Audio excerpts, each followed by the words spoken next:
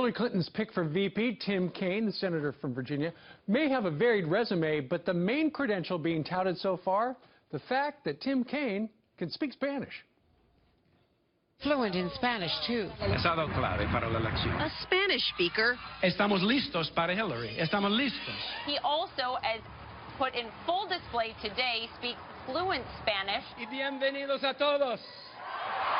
A quality that could help solidify Clinton's lead among Latinos. They certainly seem to love the fact that he spoke so much Spanish here in Miami. Crowd here in Miami, many of whom do speak Spanish, seemed to really like that. But many in the Latino community disagree with that last speaker. Our next guest says they expect so much more. Gustavo Portela is the National Executive Director of the College Republican National Committee. He joins us from D.C. Good morning to you, Gustavo. Good morning. Thanks for having me. Okay, so Tim Kaine speaks Spanish. What does that say to you?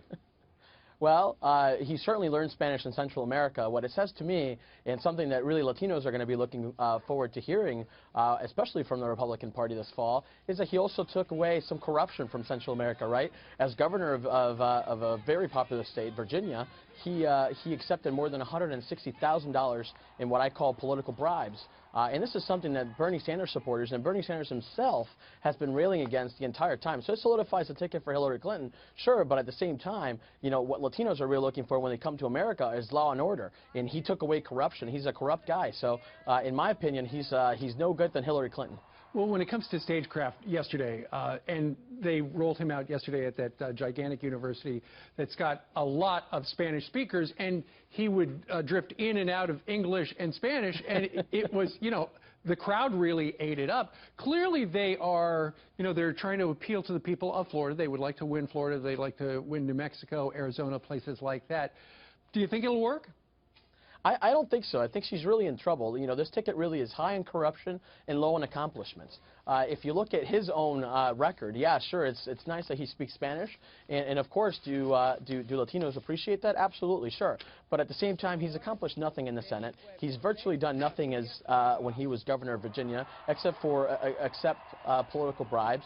So I think he's going to have a really tough time at this convention, and more importantly, I think he's going to have a tough time explaining that to Latinos who come to this country to run away from this very same lawlessness and this very same corruption in their own countries.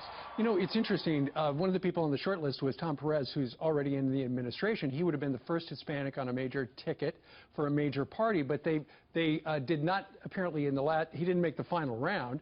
And according to the New York Times, because she has a problem with white males, they decided, okay, the number 2 guy's got to be a guy, and he's got to be a white male. What does that say to you as to where she is right now, trying to convince a lot of people that she's trustworthy, which she's got some problems with? Well, she's definitely got some problems with that. You know, she accepted the endorsement of President Barack Obama, and this is something that's going to come down the road, and it's going to hurt her, in my opinion, because Barack Obama, more than any president, has chosen to deport more immigrants than any other president before him. And Senator Tim Kaine has accepted and also supported Barack Obama in those very same policies. Yeah. And so I think, in my opinion, this is going to come down and hurt them really bad in the general. In my opinion, I think you know, the very fact that she accepted his endorsement and, more importantly, accepted Tim Kaine as you know, her VP nominee is nothing more than a slap in the face to Latinos, in my opinion. Gustavo, before you go, Donald Trump's wall. What do you think about that?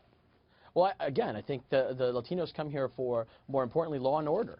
And I think that is something that, you know, helps them to understand that, look, when you come into this country, you'll be safe. In my opinion, they should just call them the Mentirosa and Lambeojo ticket, the liar and panderer ticket, because that's nothing more than what they are right now and what they're going to do in the next couple of months. Well, we'll see. Stay tuned. All right, Gustavo Portela, we thank you very much for joining us today from D.C.